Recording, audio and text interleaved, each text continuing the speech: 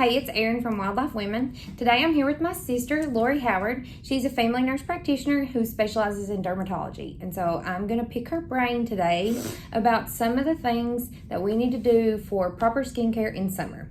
So the first thing I'd like to talk about, Lori, is what we need to do to protect our skin in the summer. Okay, so depending on what you do, you don't want to stay out very long in the summer in the sun simply because of the UVA and UVB light. So we want you to look for a broad spectrum sunscreen. It should say that on there. That's going to get both of the rays that's going to do damage to the skin. Also, you want to reapply it about every 2 hours, especially if you're going to be somewhere that you're going to get wet or sweaty. Yep. And you want to make sure that you cover all the areas that's going to be exposed. So face, neck, ears, back, arms, whatever that is. You want to look for it to be at least 30 or more when it comes to the SPF, because that's going to give you the best coverage. So that means that if it's a 30, then you're going to have 30 times less chance of getting burnt than a 5 or an 8 or one of those. Oh, that's interesting. I didn't actually know that. So who is more at risk to develop skin cancer like melanoma, men or women? Well, men actually will have a higher chance, especially over, I think it's the age of 65 and older, will have more of a melanoma because of the exposure to their face, their neck, and their ears.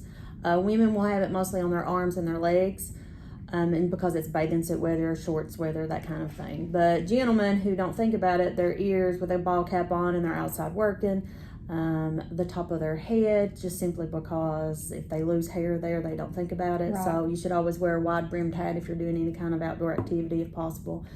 Sunglasses also that have some kind of shielding, the coverage on that. Yeah. And then always put sunscreen on the ears, on the tips for sure. So do regular skin checks, look for any abnormalities, changes of moles, shape and size. Right. That's the normal things on that. But a lot of times it may just be simple, one pops up that's never been there before and it grows very quickly. So if you've not had a mole in, let's say, on your shoulder and you notice one, and it starts out small but in 6 months it's larger, that definitely needs to be checked. Okay. So what are some other things being outside during summer months that put you at risk that you may have to go see a dermatologist? Well, poison oak, poison ivy, poison sumac. My favorite. Those definitely will get you, and you won't even know sometimes that you're around them. So pay attention to the leaves. You need to know exactly what area you're going at and what's more common in those areas. Right. Of course, around here, poison ivy is definitely one of the more common ones. So you'll get a rash, blistering. It'll look in a line shape. You want to wash it off. Yep. Wash your hands after touching it. Don't touch anywhere else on the body. Don't scratch it. And then sometimes you can go to your family doctor and get taken care of. Yeah. But sometimes you'll have to come to see a dermatologist just because it's a little bit widespread. It's usually me. It loves me. Poison loves me. I can just walk by it and it's everywhere before I know it. So let's talk about a really hot topic in the outdoors. It seems to be becoming more and more prevalent, and that's tick bites. Okay. We know now that we're seeing more than just the common tick that we're used to around here. We're finding the little tiny seed ticks, and now we've got the Texas ticks, and we've got deer ticks, and we've got all the ticks, and we're seeing this increase in tick-borne diseases. So what are some things, if you were to get a tick bite, that you should watch out for and maybe consult a doctor for? So if you do get a tick bite, you need to know the proper way to take the tick off. It's not to twist it or pull it towards your body, because the head will actually stay in there and that will cause even more problems. Right.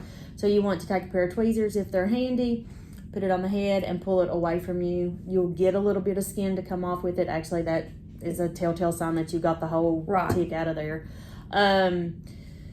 So if after a tick bite you notice it being red, that's normal. It's an irritation. Sure. So if you want to put some Benadryl on it, take a Benadryl, those kind of things, that's fine. Right. But if you notice that it starts to spread, it looks like a bullseye with red and white circling, then you need to go get checked to make sure that you're not running a fever, those kind of things. So flu-like symptoms? Flu-like symptoms, body aches, those kind of things, because it could very well be Lyme disease. Yeah.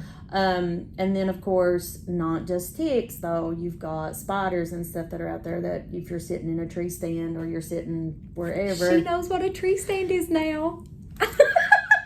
Or you're even sitting on the bank fishing. Sure. anything can crawl up and bite. Sure. So you need to just be aware of what critters are actually around that That's area. true. So if you get a spider bite, it could be a brown recluse. If you're in a certain area, it could even be a black widow spider if you get around those. And fire ants also. Yep. Because they're everywhere. Yellow jackets, those kind of things. So you just need to have all those at handy.